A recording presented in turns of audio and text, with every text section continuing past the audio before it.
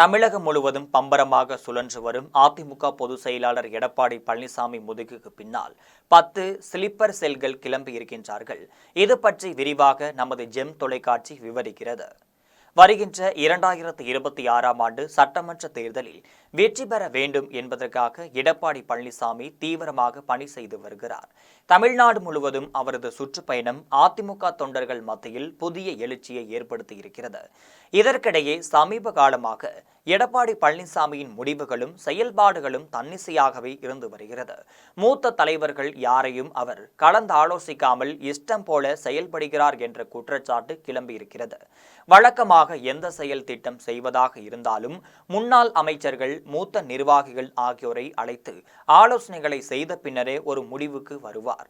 இந்த நிலையில் கடந்த 2 மாதங்களாக மூத்த தலைவர்களுடன் அவர் தொடர்பில் இல்லாமல் இருப்பதாகவும் சொல்லப்பட்டு வருகிறது.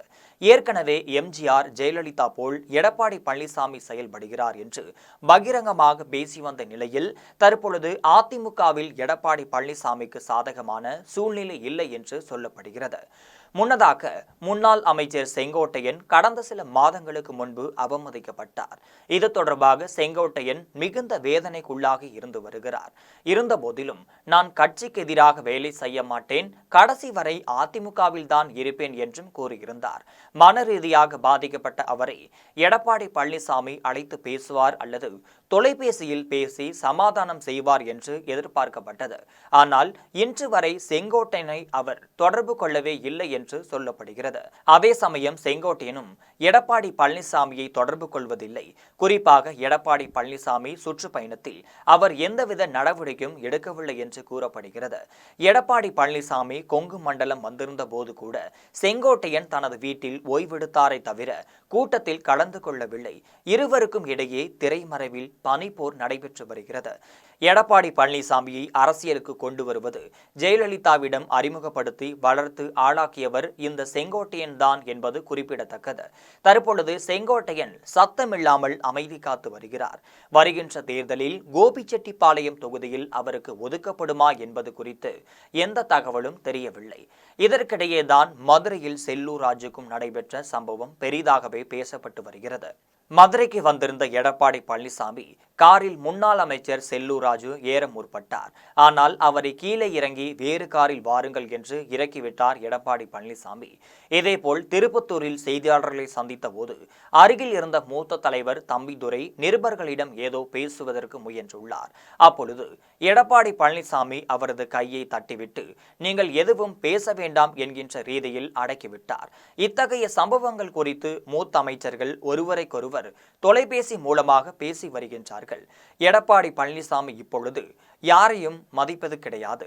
அவர் என்ன சொல்கிறாரோ அதுதான் சட்டம் என்றாகிவிட்டது என்று பேசி வருகிறார்கள்.